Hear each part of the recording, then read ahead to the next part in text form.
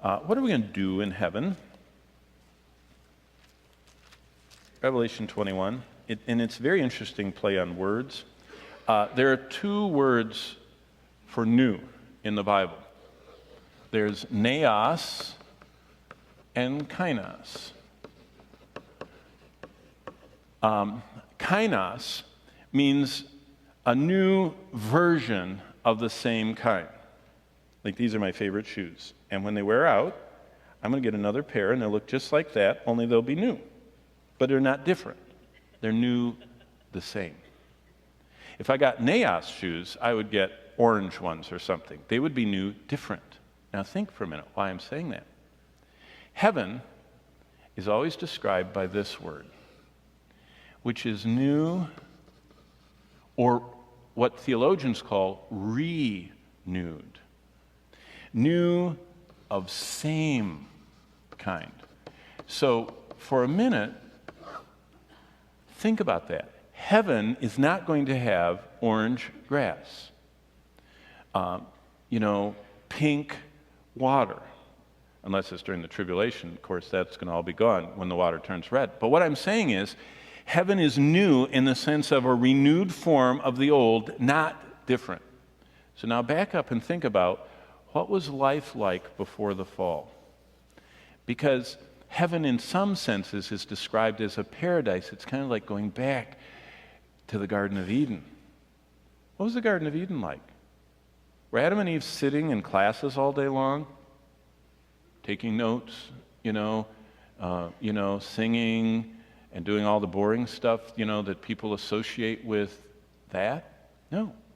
They were just having the best time, walking with God, their Creator, clothed. In fact, the Psalms seem to imply that they were actually clothed in light. In fact, the fall, God turned the light off and they went, "Oh, we don't have anything on." It appears that they were clothed in light from the book of Psalms. So, heaven, here's the answer, because we only have 4 minutes. What will we do in heaven? Heaven will be glorifying God, doing everything He created us to love. Think about that. God is not a cosmic killjoy. He's the one that invented eating. In fact, every time Jesus described heaven, you notice that near the description is the idea of a banquet, of sitting at this banquet.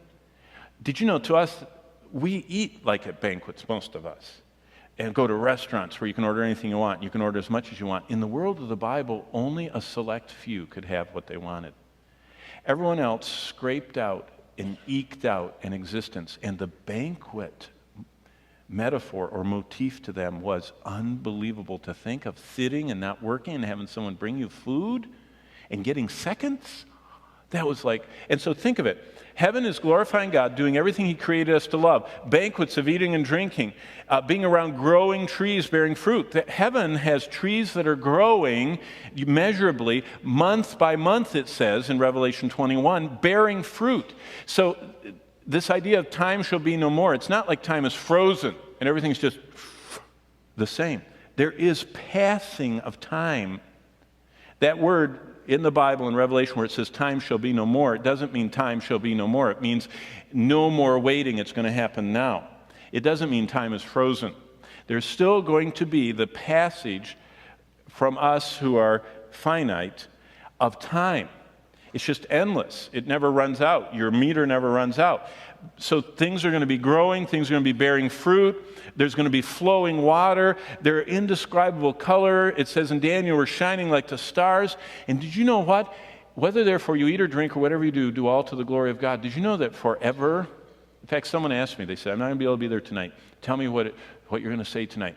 I don't care about the demon intrusions and I don't care about falling in hell. I want to know what I'm going to do in heaven. And I says, everything that you most love to do here without sin, without tiredness, without indigestion, without gaining weight, without getting tired.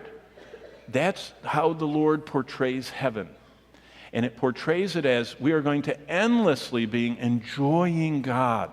Why do you think He made so many colors? And why do you think that every time they look out in the universe, they see more indescribable beauties? They just found 2 clusters of galaxies that are more than they've ever seen before. And they're just talking about that. God made that. And we're only seeing it after sin. Can you imagine how wonderful and beautiful this universe is without it groaning? It says in Romans 8 that the whole universe is groaning. It's awful pretty for being sick. Can you imagine when the sin is removed and when we will be able to move around like the angels and Jesus did? Jesus could walk through walls. Jesus could be in Galilee and in Jerusalem and before the Father's throne and no spacesuit, no airlocks. You know what I mean? Think about heaven as doing everything He created us to love. Him most of all, but worshiping Him as His creatures through His creation. So I think that what we're going to do in heaven is going to be far more fabulous than anything that any of us could ever imagine.